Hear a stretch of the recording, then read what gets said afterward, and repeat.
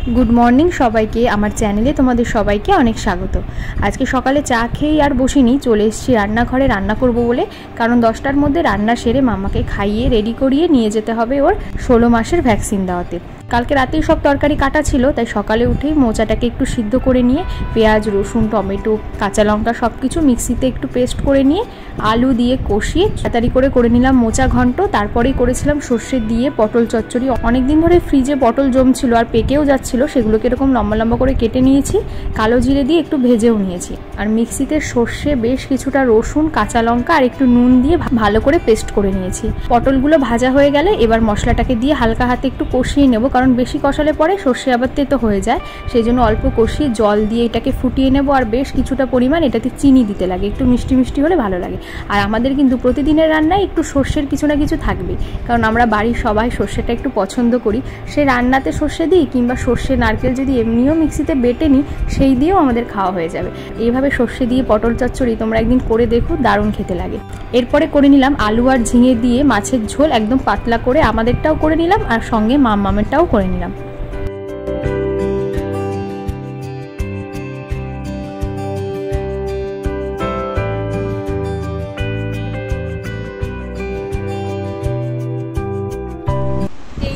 Ready করে দিয়েছি ওকে, আমিও রেডি হয়ে নিয়েছি, দুজন একদম ম্যাচিং ম্যাচিং আজকে।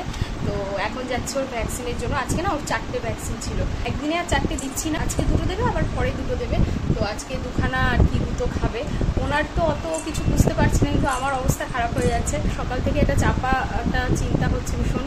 এই দিনটা যতবারই আসে ততবারই মানে আমার অবস্থা খারাপ হয়ে যায়। ওর দেওয়া পর্যন্ত আর কি একটু টেনশন হয়, হয়ে যাওয়ার পর একটু কান্নাকাটি করে, তারপর ঠিক হয়ে যায়।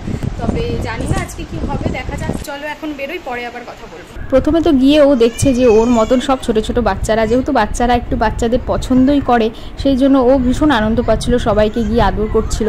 আর আজকে জানো তো সব কটা বাচ্চারই 3টে করে ভ্যাকসিন ছিল। 2টো দিয়ে হয়তো কিছুক্ষণের জন্য একটু বাইরে বের করে ঘোরাচ্ছিল, তারপরে আবার আরেকটা দেবে। সেই সময় ওরা খুব কান্না করছিল মায়েদের কাছে। আর আমার মেয়েকে দেখো তাদের সাথে গিয়ে কীরকম আলাপ করছে, মানে ও এখনও বুঝতে পারছে না যে ওর সাথে এরপরে কী হতে চলেছে, তাই একটু বেশ ফুরফুরে মেজাজে আছে আর কি।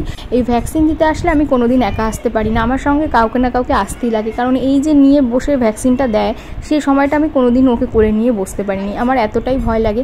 যদি বলি নিজের কথা, আমার নিজে কেটে যাওয়া ছেড়ে যাওয়া কিংবা ইঞ্জেকশানে আমি কোনোদিন ভয় পাই না, কিন্তু ও বলে না যে কোনো বাচ্চাকেই যে ইঞ্জেকশনটা দেয় সেটা আমি একদম সহ্য করতে পারি না, সেই জন্য আমি কাছাকাছি থাকি না, দূরে থাকারই চেষ্টা করি। তবে হ্যাঁ, আস্তে আস্তে দেখতে দেখতে বা ওকে নিয়ে যেতে যেতে একটু সাহস হয়েছে, তবে একটু তো ভয় লাগেই।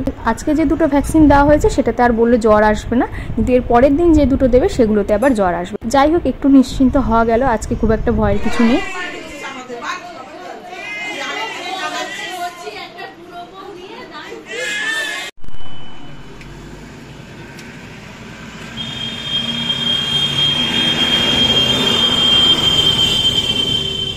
চলে আসলাম বাড়িতে, এসেই ওকে ঘুম পাড়িয়ে দিলাম, ও ঘুমিয়ে পড়লো। আর বিকেল হতেই আমরা বেরিয়ে গেলাম একটা নার্সারিতে। অনেক দিন ধরে আসবো করে আসা হচ্ছিল না, গিয়ে যা দেখলাম চোখ একদম জুড়িয়ে গেল। এত বড় নার্সারি আমি কোনো দিন দেখিনি, এত সুন্দর লাগছিল, চারিদিকে কি গাছ নেই। তো আমাকে বহুদিন ধরেই বলছে নিয়ে যাবে, কিন্তু আজকে বললো চলো সময় আছে যখন নিয়ে যাই। অনেকগুলো গাছ নেওয়ার ছিল, কিন্তু আজকে ভাবলাম একটু দেখে আসি, পরে গিয়ে একবারে নিয়ে আসা যাবে। কাইকে করে তো এতগুলো গাছ নিয়ে যেতে পারবো না, তবে একটা গাছ নেব বলেই এসেছিলাম, সেটা হচ্ছে পাম ট্রি। ঘর সাজানোর জন্য অনেকদিন ধরে নেব বলে ঠিক করে রেখেছি, তাই দেখে পাম ট্রিটাই আজকে আমরা নিয়েছি।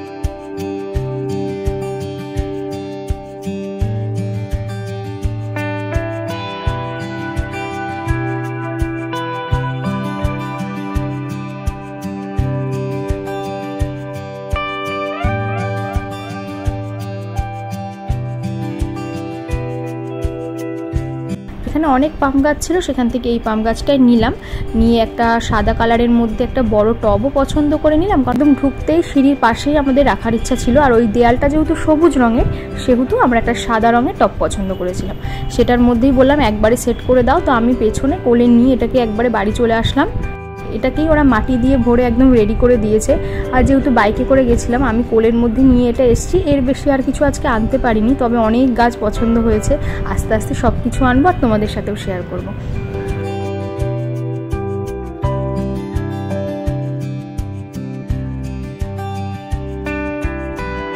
আর বাড়িতে এসে দেখছি যে মাম্মা ঘুম থেকে উঠে কিন্তু খেলা করছে, দেখে অনেকটা শান্তি লাগছে। চলো আজকের ভিডিওটা এখানেই তাহলে শেষ করি, পরের ভিডিওতে আবার তোমাদের সাথে দেখা হবে। সবাই ভালো থেকো, সুস্থ থেকো। Thank you.